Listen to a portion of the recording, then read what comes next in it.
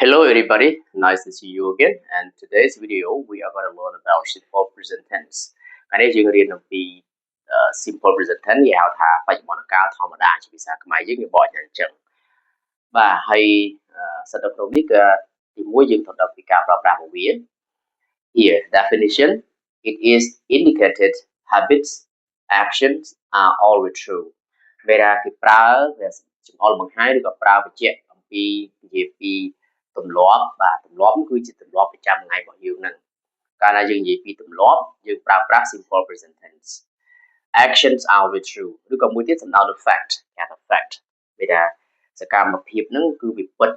បាទអត់អាចពីណាកែប្រែបានទេហ្នឹងដឹងជាទូទៅណា action are with true ហើយទម្រង់របស់វាយើងមានប្រធាន subject plus verb 1បូកជាមួយវាសព្ទតុងទី1 and object ហើយនឹងកម្មបត្តិ subject គឺយើងប្រើមាន I we you they he she it ទៅមាន subject pronoun នៅក្នុងភាសាអង់គ្លេសបាទ I we you they he she it អញ្ចឹងមាន7ហ្នឹងបាទមាន7ហ្នឹងហើយនឹង verb 1គឺមាន verb 1 verb 2 verb 3បណ្ដាលនៅក្នុង simple present tense យើងប្រើ verb 1ណាតែ verb 1មាន drink តុងទី2 drank តុងទី3 drank drink drank drank អញ្ចឹងអាហ្នឹងអាដំបូងគេហ្នឹងគេហៅថា verb 1ហ្នឹងឯងverb 2គឺ drank នឹងឯង verb 3 drank ណាបាទប៉ុន្តែនៅក្នុងនេះយើងប្រើ verb 1គេសាប់ដើមរបស់វានៅ base verbs ចាំក្នុងការប្រើប្រាស់ simple present tense គេប្រើ verb គឺ verb 1នឹងឯងគេសាប់ដើមគេហ្នឹង example នឹងមានទម្រង់ក្នុងឧទាហរណ៍you drink a lot of water every morning ពេលថាអ្នកផឹកទឹកច្រើនរៀងរាល់ព្រឹកបាទអញ្ចឹងយើងមាន you គឺសំដៅលើ subject ហើយ drink សំដៅលើពាក្យសព្ទដើមទម្រង់ដើមគឺ verb 1ហ្នឹងឯងហើយនឹង object a lot of water បាទទឹកច្រើនហ្នឹងទៅ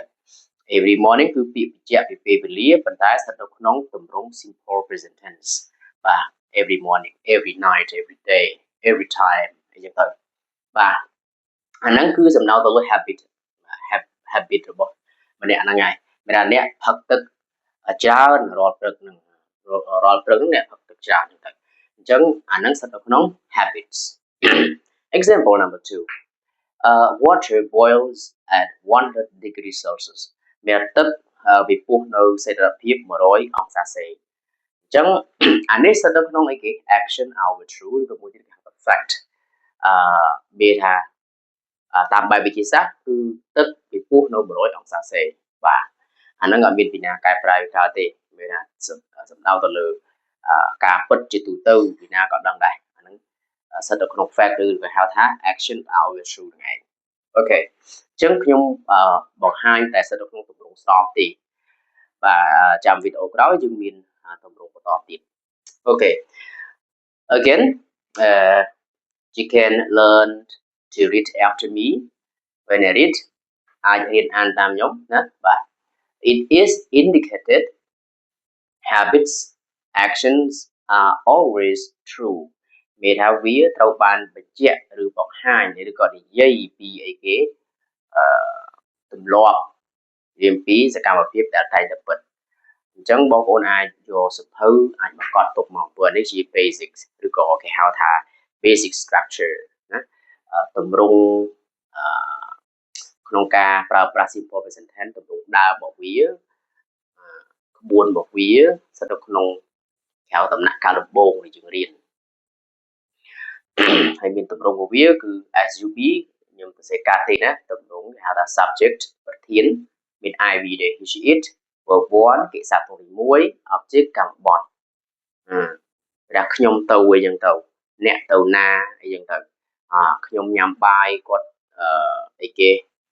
លេងហ្គេមអីហ្នឹងអានោះស្ថិតនៅទម្រង់ខ្មែររបស់យើងគាត់លេងហ្គេមគាត់គឺជា subject 1លេងគឺជាគេសាប់